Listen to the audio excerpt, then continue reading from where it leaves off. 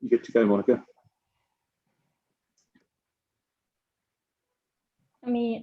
Charlotte, do you want to start introductions?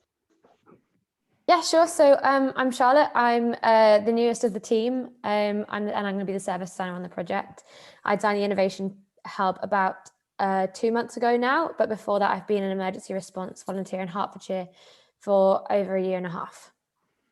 Over to you, Erin. Oh, Monica, sorry. And I've been with the innovation team for the past year. I've worked on the Idea Challenge predominantly at the beginning of last year, and then was redeployed on the COVID volunteer scrum, and now working on this project. And Tara? Yeah, thanks, Monica. Yeah, so I have been in the Red Cross for around about 4.5 years now. I joined Mobility Aid Service primarily, and then have just joined the Innovation Hub in March this year. We were redeployed, as the other guys have mentioned, up until around August. We've just come back, and we are looking now to progress the community approach big bet over the next few months. We also have Sarah joining us, so she's not in the team yet. She'll be joining us, and she'll be on the next show and tell, who's one of the service designers in our team, but we're joining us on this project as a user researcher, and we are appointing two local engagement leads in the communities that we'll get to a bit later on as well. So yeah, really, Charlotte put this Venn diagram together to try and provide an easy graphic to help anyone understand the work we're about to undertake. We as an organisation want to be more relevant and present in local communities than we currently are. Recent times of COVID response and it's shown us that we aren't necessarily as relevant as we used to be.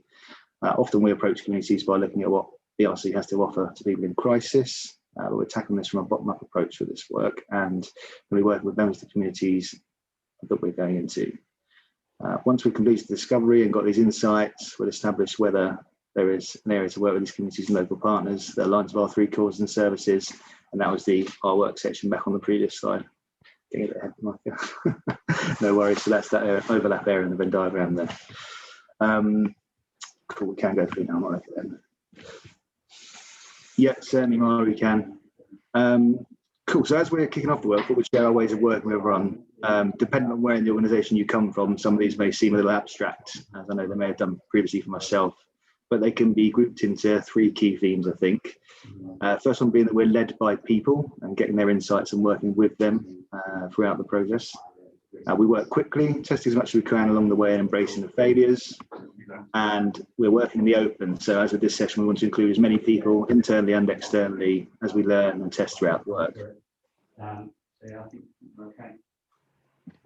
So yeah, this slide shows our approach and how we'll go about this work. If you want to know any more info on this and are interested in the approach, Harry, our lead service designer, has just set up a website actually, which has a lot of this detail on it, which you can see the link in this slide, and it also should be in the invite to the show and tell that I sent out. So yeah, as per the slide, we're finishing our scoping phase at the moment. We've got 2 more weeks now to prepare and carry out some interviews and appoint those 2 local community roles that I mentioned. They should go live today, hopefully. During our scope, we've been reaching out to individuals in the organisation to ensure that our work is in alignment with some of the other work streams that are going on around this, because there has been a lot of work into this over the last few years and currently, as well as carrying out some external desk-based research alongside this. So we've now mapped out all of this. We presented it to the community working group last week, and we'll be working with them moving throughout the work. That's headed by Kat Harwood-Smith, and Norman sits on that too. So we also at this stage need to understand what success looked like internally, because as I said, been a lot of talk about this, but not too many cogent thoughts around it. So we designed a scenario workshop, which Charlotte will take you through a little while later. So yeah, after we've got through the the scoping phase and the interviews, we'll be moving to our discovery phase, where we'll be engaging with our communities for around 10 weeks, and then we'll go into testing phase. We'll start small and scale, and then continue to improve these as we move forwards. So I'll pass you over to Monica now for the next part.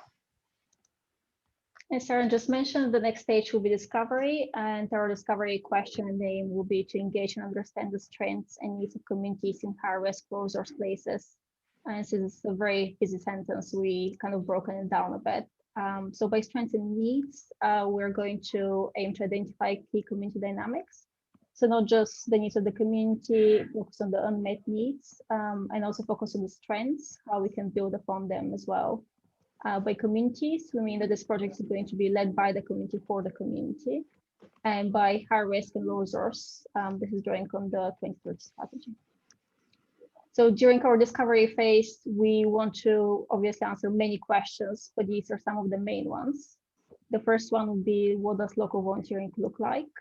How does local volunteer engagement and empowerment affect the community? What are the support networks for the most vulnerable, marginalized individuals in the community?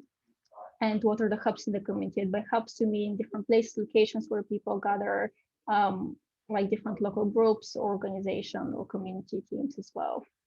And as you already saw the diagram with the scope and the discovery process, during the discovery process, we're going to try to find answers of these questions. And depending on these answers, we'll either identify needs that we as an organization can meet, which is then we'll progress to testing phases. If not, we'll look to partner and convene with different organizations, maybe share learnings with them and find out different ways to meet these needs. Our pilot locations, we spend a lot of time trying to make sure we identify the right ones, and we took different approaches. So the first one was to look into the data. So we worked with Ainsley, with Matt Thomas, spoke with Kat, and basically we used all deprivation indexes, all maps, so that we can actually pick a location that's high on the O indexes, and also location that's high on diversity. So after we managed to narrow down the data, we identified that we need a location in north of England and south of Wales, as these are kind of the locations with higher concentration of high vulnerability areas. And afterwards, we spoke to tactical cells, again in south of Wales and north of England. I think some of you are already in the call. So in Wales, we spoke to Stanislava, Lisa, and Tony. And we also spoke to some local experts and volunteers. Martin's also in the call. And in Nelson, for north of England, we spoke to Richard and Emmanuel. And afterwards, given all their insights, we also spoke to some local people, part of the community. We managed to narrow it down to just a few locations. And then we did some desk-based research in order to make sure that we're not going to an area that's already kind of have our organizations tackling the needs, and the needs that we identified are actually unmet currently. So we didn't want to interfere with the space of our organizations. We're very happy with our current locations. So both Neath and Nelson face challenges in all three cause areas, which was a main thing in the selection criteria. Want to go for a small town, approximately size between 25,000 and 75,000. We just want to make sure we can actually get to the heart of these communities. They're both score high on the deprivation indexes. They've both been recommended by tactical cells and by locals. And also in terms of the three cause areas, in Neath, we managed to identify high health inequalities and high flooding levels. In Nelson, there have also been recent stories about floodings, and also high levels of migrants and refugees. In terms of current Red Cross services in Neath, there used to be lots of kind of short-term programs. So for example, the Community Connectors program, the Refugee Rehoming Service, they've both been ended now. However, it's important to emphasize that they've only ended due to funding rather than the need. So there is still a need for these services. However, the funding was limited, which is another main point that Charlotte is going to emphasize on later. Just want to make sure that if we end up designing a service or testing something, we just want to make sure it's sustainable, so that basically we can continue delivering this until there is a need rather than until the funding is finished. And in Nelson, there used to be a Red Cross shop, which is currently inactive, but there is also another Red Cross shop nearby in the area, which means that we've already had some presence there. And now, as some of you are familiar, we run what are called scenario workshops, and Charlotte will tell you more about this. Cool, thanks, Monica. So as a really key part of the service design process and the way that we scope our work with our design approach, it's we want to understand what success looks like internally in the organization to make sure that what we deliver is on track with the organization's goals and the strategy. So we took the senior leaderships I think it's 25 senior leaders we took through these scenarios. They were designed to be kind of more as provocations. For example, local teams and local teams are given autonomy over dedicated budget, aiming to engage and support with local communities. And the second one, we're more asking about how can we partner up and how do we feel about people deploying under different charities? They were, as I said, there were 17 different scenarios we took people through. This was really helpful for us to understand, in line with the strategy, what do the senior leaders see as our goals going forward in community levels of the Red Cross. So we listened to all of the insights and we got the community leaders to grade these scenarios from 1 to 5, 1 being absolutely no way this shouldn't be going forward, and 5 being absolutely we should get on with doing this sooner rather than later. So we synthesized all this down and created 10 key insights, which I'm going to talk you through a few of them today. So the first seems obvious, but based on community priorities, we also need to make sure we're balancing our frontline presence and partnership. So our cash assistance and funding are really powerful tools that we are really proud to harness, but this can't eliminate our frontline presence. In terms of financially sustainability, Monica just touched on it. It's clear from all of our reading, research, and learning from previous projects that long-term community change takes time. So anything we deliver needs to be able to have longevity, and therefore financially self-sustaining is a really big aspect of that. Standardized embodiment of the fundamental principles locally. So as I said, some of the different scenarios were a little bit more provocating than some of the others. We touched on things like if we were to deliver a Cardiff ER team teaches a mosque how to become a local rest centre, for example. Now, some of these things are quite interesting because some of the senior leaders felt this was absolutely not our place due to impartiality, and some people felt this absolutely was because of impartiality and neutrality. So that's really interesting for us to understand, and something we want to understand what the fundamental principles look like in a modern scenario, and then embody these locally. Centrally guided, locally led. So this is, it was clear after reshaping our work that we've moved to a more central approach. However, our local teams and volunteers are sometimes best suited and most knowledgeable about the local needs. So we need to find ways of empowering these voices in a standardized way, maybe using frameworks, other similar approaches. Representative volunteer base, our volunteer demographic needs to be more diverse. I think we're all aware of that. But they also need to reflect the communities we work in, and hopefully by achieving this, it will connect us more to the groups that we have not been able to support before. As you saw from the original Venn diagram, it goes without saying that this will be, anything we deliver needs to be in line with the strategy and the Red Cross 3 causes. We also need to have more trust in the whole Red Cross community to make decisions or to act in a way that we have trained them to act, from volunteer level all the way through to staff. The asset side was a more contentious issue. It was understanding some people, everyone had very different views, but what was a really clear uniting view was that however they are used, it needs to be utilised better by communities and the partners that we're working with. And last but not least, uniting our services. It was clear that by bringing together more of our services and also potentially services from the wider charity community, that we could create wider community network and therefore create wider community impact. So as you saw briefly at the beginning with our ways of working, as with all of the innovation team projects, we are always going to be learning in the open. So we want to share our insights to make sure we're not being siloed and make sure we're feeding into work across the organization. We spent a lot of time understanding which other work streams are going. I think there's 17 other work streams happening at the moment that we could potentially feed in insights to, particularly the community working group, some of Ruby's diaspora work, and also potentially some of Laura Clay's work with community engagement volunteers. So we are really engaging with that and feeding through it. How we try and present our information and our learnings back to the wider community is things through this, like the show and tell, and also our blogs. So you'll be getting alternate weekly, there'll either be a show and tell or a blog. So you'll constantly be getting information from us. And also Erin will also send out a fortnightly bulletin, which will summarize the things we've spoken about in the 2-week sprints. And over to Erin on to our next steps. Yeah, sorry, I was just responding to Mari there. Yeah, cool. So thanks, guys. Yeah, next show and tell, we've got some really cool stuff actually. So we'll have some learnings from the French, Swedish and Burundi Red Cross. We've been speaking with members of each of those and reading some of their work over the last few weeks. Really interesting stuff that you don't want to miss. Also how we're tying in and how this connects with our internal projects. So there are some other services and describing some of the bits that are very similar that we'll talk you through as well.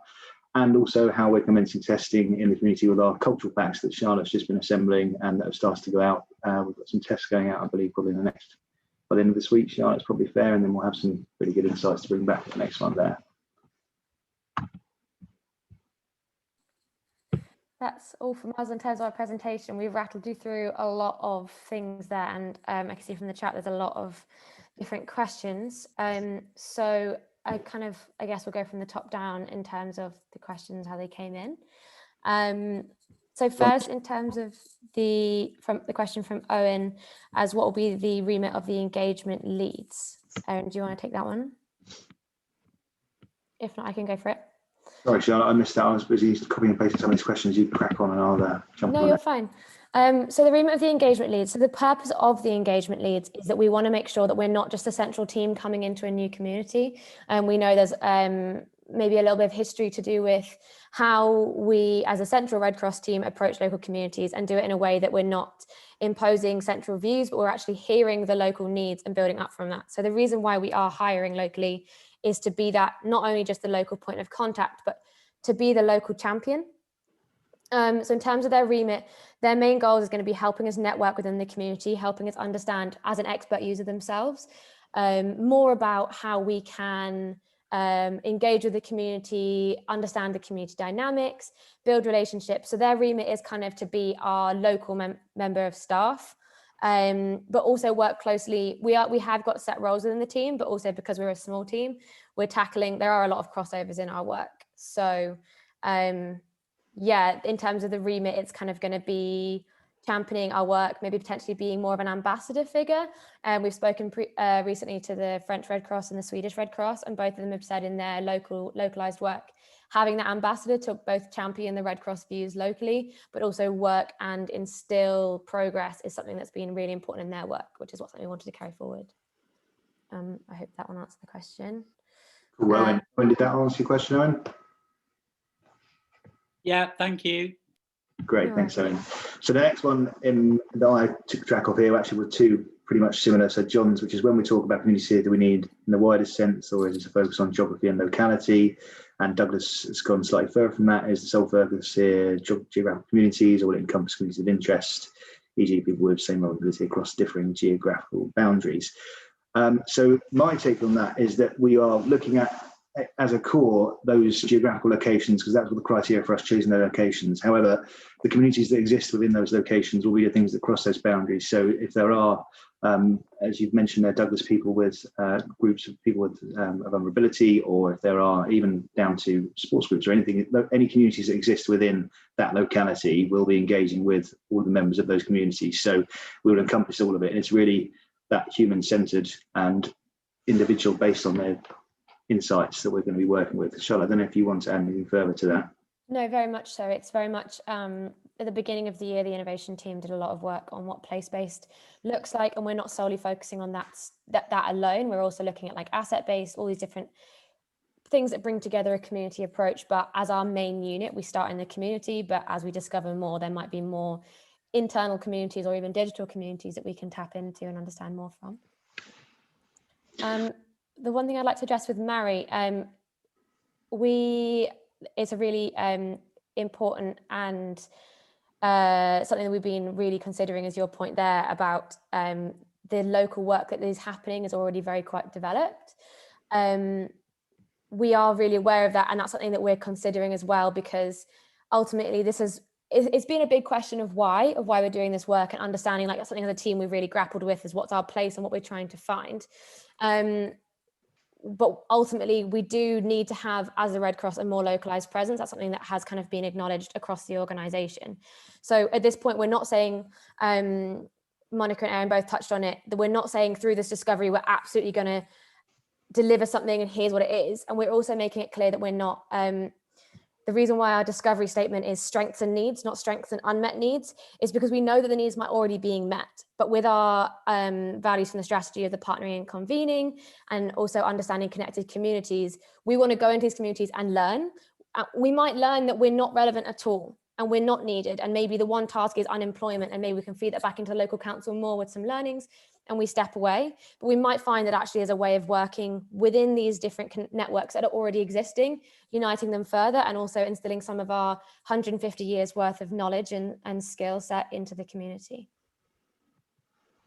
Does that make sense, Mary? Sorry, I saw you come off mute unless you want to add to it. Sorry, I was probably digesting it. I suppose for me there was some big lessons in COVID when we came into this new set of partners with people we didn't have a relationship. And I suppose from my experience in the Scotland piece, there was some very developed thinking and quite active community organisation around place-based and the coordination. So in terms of how we would go to, and I'm not saying it's the same everywhere, but in terms of how we would go to that party, I think it would be quite complicated, I suppose. I'd have to, it feels as if landing it would be quite a challenge in that kind of way, but I'll not take up time because I haven't thought it through. It's been useful listening and reflecting, and I'll maybe pass on some of the contact stuff that I have that might just be useful in terms of discussing some of it.